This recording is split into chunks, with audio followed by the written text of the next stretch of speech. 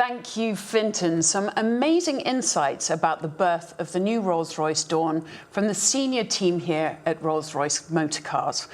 Welcome back to the home of Rolls-Royce, and as you can see, we are sitting in the beautiful customer centre, where many Rolls-Royce customers come to take delivery of their cars. Before we begin the live Q&A sessions, I wanted to draw to your attention that the fact that all the collateral you need, including the press packs in multiple languages, images and B-roll, are now available for you to download from this microsite. You can either click on the link below this iframe if you can't wait, but if you can, wait until the broadcast is ended and the site will refresh and the content will appear. Now, as we promised you at the top of the show, this is you, the media's opportunity to have the questions you've been submitting on this website over the last 24 hours answered by Torsten. If we don't get to your specific questions in the allotted time, you will receive, I promise, an answer from the Rolls-Royce communication team. So, Torsten, a few lucky customers have had a sneak preview at the Dawn. What has their reaction been? Same reaction as you, Jodie. Overwhelmed by the car.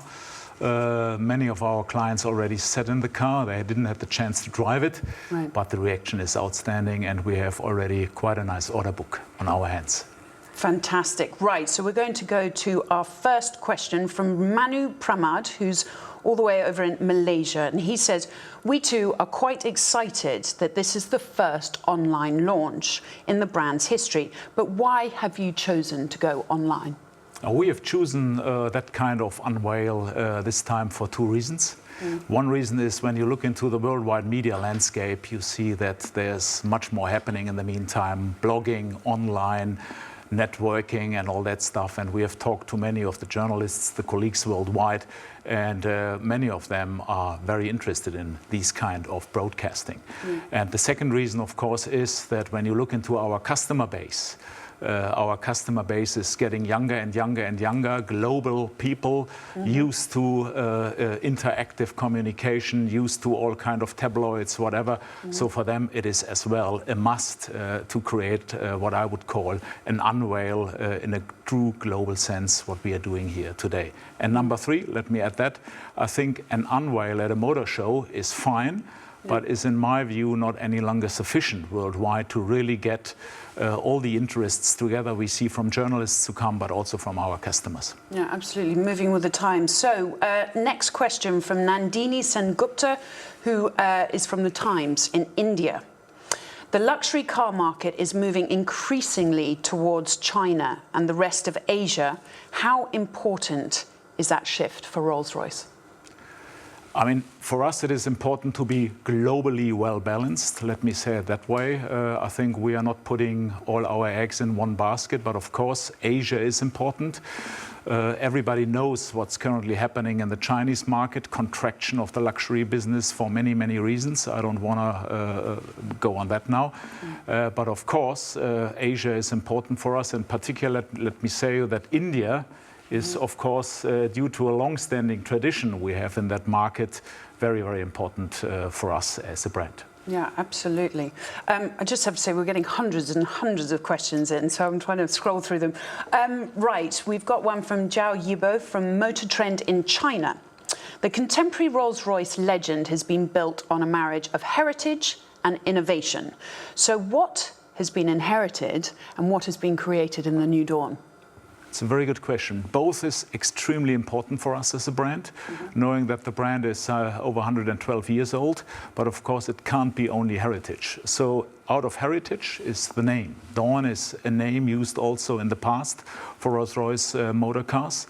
And of course, the other side is the innovation part. And what you have seen here from my colleague Philip Koehn, but also from Giles Tyler, is that we have put lots of innovations into that car, particularly all around the four-seating of this car. So rest assured, this is a truly innovative car. Fantastic. Okay, so we've got one actually from Robin Montague, who's from Spirit FM. That's our local radio station here. And he says, how will the introduction of the latest model affect the Rolls-Royce factory at Goodwood on its workers and the local community? I think everybody knows that we are truly committed here to Britain. I mean, Rolls-Royce is an integral part of Britain, and an integral part also for our success is to be British. And for that reason, we are fully committed here to Goodwood. And everybody who has followed us here over the last couple of years has seen what kind of investments happened here down in Goodwood. We have recently opened up our technology and logistics center close by here. So for that reason, rest assured, also Dawn, of course, will be built here in the beautiful space of Goodwood. Fantastic. Okay, next question from Jens Draller from Auto, Motor und Sport, which you might know. Herr Dralle, hallo. Freut mich, dass Sie uns hier zuschauen. Oh, there we go, directly. So he says, what potential does Rolls-Royce see in the segment of four-seater cabrios? We see very good potential in that. That's the reason why we've built this car, of course. One reason is that we build a true four-seater, that we are convinced that you need to offer also more space in the back room of the car. This car gives 4 adults plenty of room to enjoy themselves in driving this car on a beautiful coastline or whatever.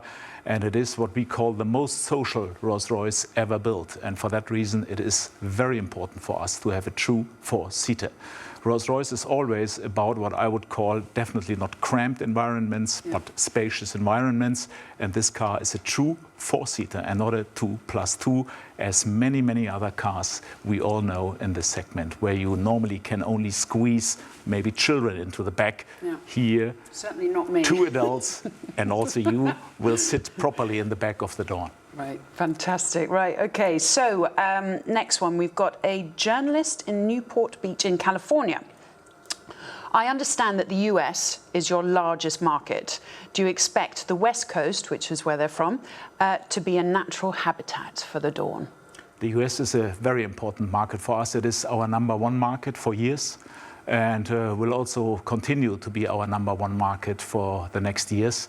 So for that reason, you can really expect that Dawn will see a stunning reception also by our US customers, in particular all these lovely spots like California, like Florida, where the sun is out. This will be truly the spot for Dawn.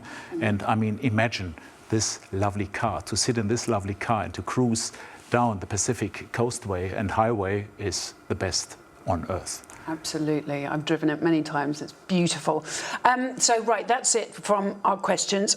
We really have had so many, but I just wanted to ask one for myself. I mean, how important is this day been for you? I mean, for us, it is very important. You can imagine we were working on this beauty here for years. It is that a dream comes true now, launching this car into the world. And that's the reason why we have also chosen that format here. So we were all very excited. We are probably even more excited next week when we launch it again in Frankfurt at the Motor Show. So we are proud, very proud to have this car here now within Rolls-Royce Motor Cars. Fantastic.